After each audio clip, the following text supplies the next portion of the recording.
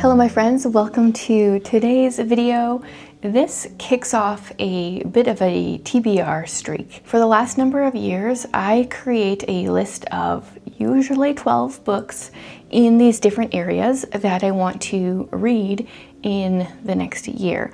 And I do have a printable that I have blank spaces for 12 books I want to read this year, and I always make one for each of these lists. That printable is always available on Patreon, should be available on there. If not already, when this video goes up, it will be before the end of the year, as well as my YouTube membership if/when that is up. So today I have 12 fiction books that I want to read in 2026. I will give a spoiler. I will be sharing my 2025 goals for the year soon. Things did not go well. I will just say that right off the bat, things did not go great. So one of the things that I want to change for 2026 is specifically my individual TBRs and my fiction TBR, to be completely specific, because what I did last year is I kind of pulled books off my shelves that I was mostly ashamed were still unread. And I'm just slowly coming to grips with it being okay that I have some books on my shelves that have sat there forever. They've been sitting there for a long time. Some books just need to be read at a certain time, and sometimes that time is not when you pick them up. I need to be okay with that. I'm trying to learn that. So I have only 3 books physically that were on my shelf, and they're all new acquisitions this year. And then the other books are either books that I want to purchase or books that I own the ebook for, and they're all books that I'm really excited to read. And I think that's what my list was missing last year. A number of them I was excited for, but another, I would say at least half of them, were just kind of shame books. And so I just wanted some that I was really excited to read. So let's start with the ones I have here physically, and then we'll go into the ones I don't have a physical copy for. And just to clarify, this does not include books that will be on other TBRs to come in this next week or so. It does not include the books on the Indie Book Club or the Read Your Bookshelf Challenge recommendations ones that I just shared.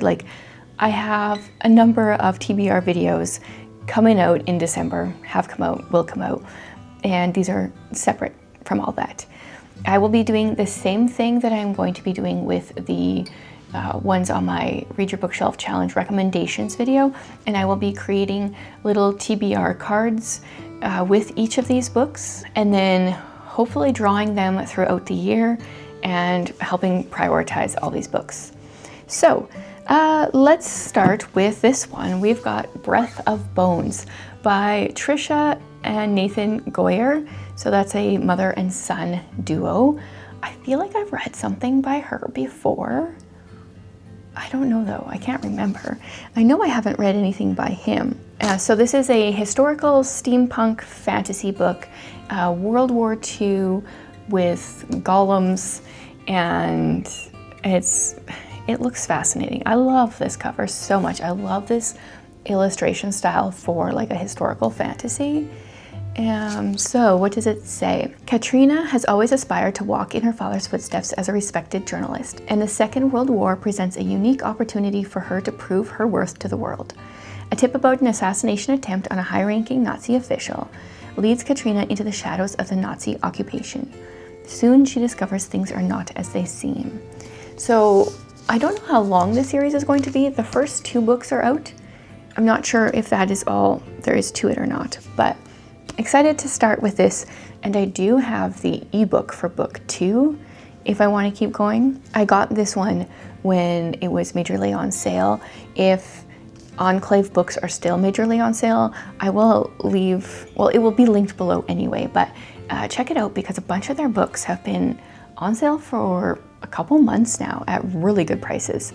Unfortunately, I just already own a lot of them, so I didn't buy a ton, but good deal. The next one is another Enclave one. I have the ARC for it, Beneath False Stars by S.D. Grimm. Also the first book in a series. This one came out in September, so I'm a little bit behind in reading it. And this is science fiction, I think. Yes, YA science fiction. The day to open the centuries-old dome gates and reintegrate genetically engineered people back into normal society has arrived. What? There's one caveat. Their powers must remain suppressed. Amidst this project integration initiative, hacker Riley Stevens has her whole life planned out. The plan? Prevent a second universal tech war in 2 simple steps. First, help Project Integration Phase 1 succeed, but not for the reason she pretends. Next, infiltrate the rebellion and sabotage Phase 2, the part that would grant people unbridled access to their superhuman abilities. Okay, yeah, that sounds wonderful. Excited. I've never read a book by S.D. Grimm. I'm trying to remember if she has, I feel like maybe she has published with Enclave before, but don't quote me on that. So definitely looking forward to both of those. This next one, I loved the one book of hers that I've read so far. Unfortunately, this one I have heard conflicting reviews on. It's The Atlas of Untold Stories by Sarah Brunswald.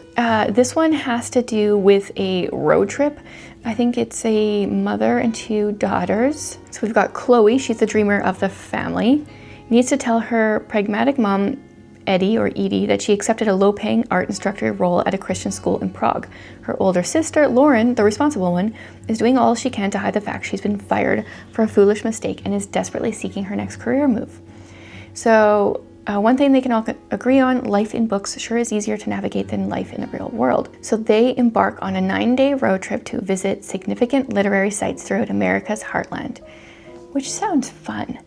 I feel like the States and Europe, like there's so many good literary sites.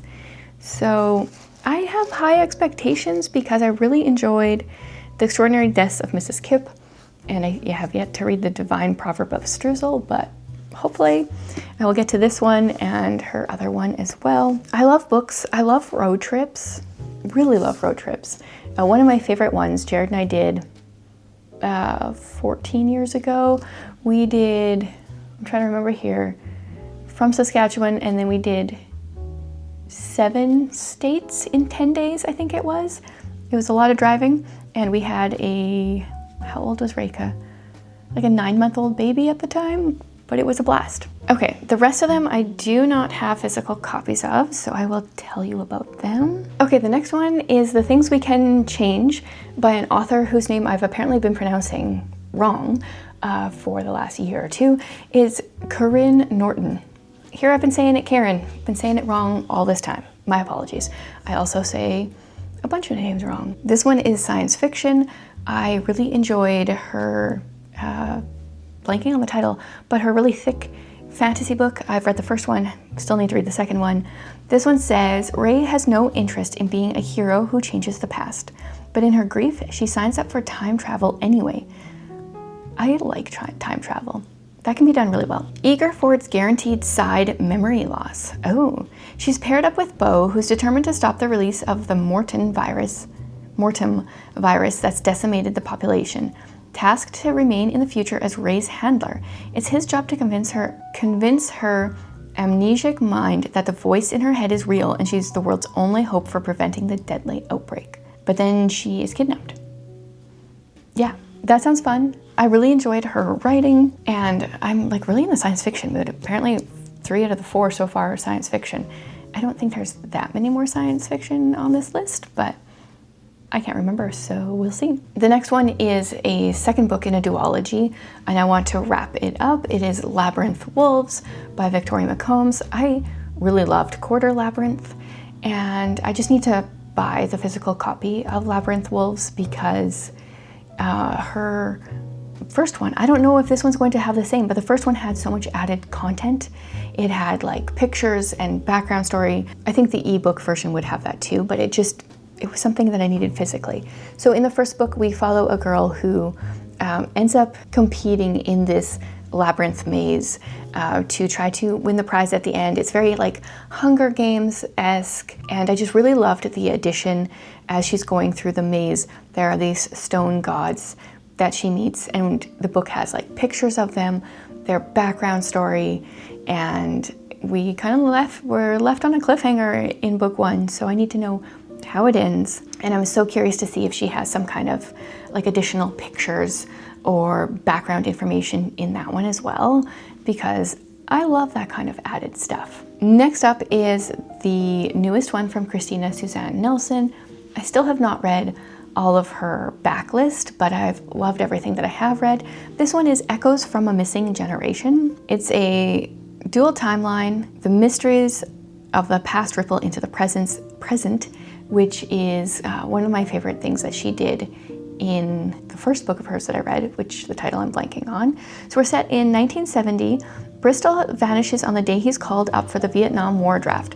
His young wife Clara is left behind in the small Oregon town of Oscars Creek with unanswered questions and a lifetime of silence. Rumors swirl, secrets grow, and a recent local murder casts a long, chilling shadow.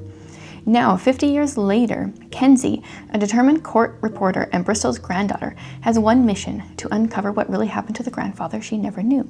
With the help of Frank, a seasoned investigator with ties to the town, Kenzie begins unraveling a web of long-held secrets. But the truth is buried deep, and someone may be willing to do anything to keep it hidden.